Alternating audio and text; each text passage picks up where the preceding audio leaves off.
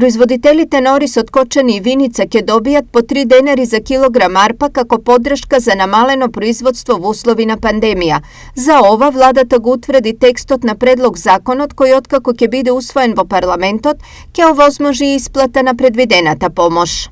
Поддршка по килограм за производство на оризова арпа од род 2020-2021 година, која во периодот од 1 јануари до 15 декември е произведена и предадена на регистриран откупувач, запишан во регистарот на откупувачи или преработено во сопствениот преработувачки капацитет во висина од 3 денари по килограм. Стои во владиното соопштение.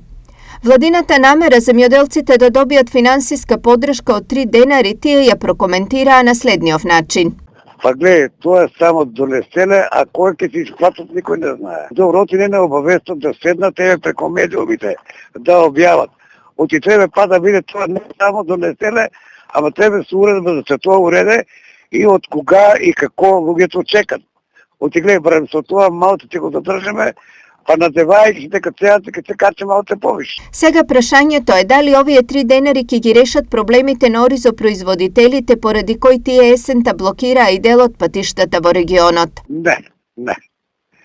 Со овие трошкови сега, оризовите полиња ќе бидат оставени, нема никој да се е.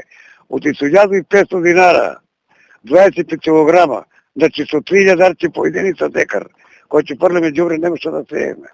Со овие теми.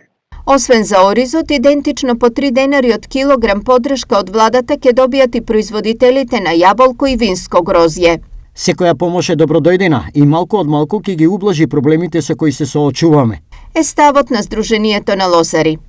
Во источниот регион во просек годишно се произведуваат по 20.000 тони оризова арпа и 16.000 тони винско грозје.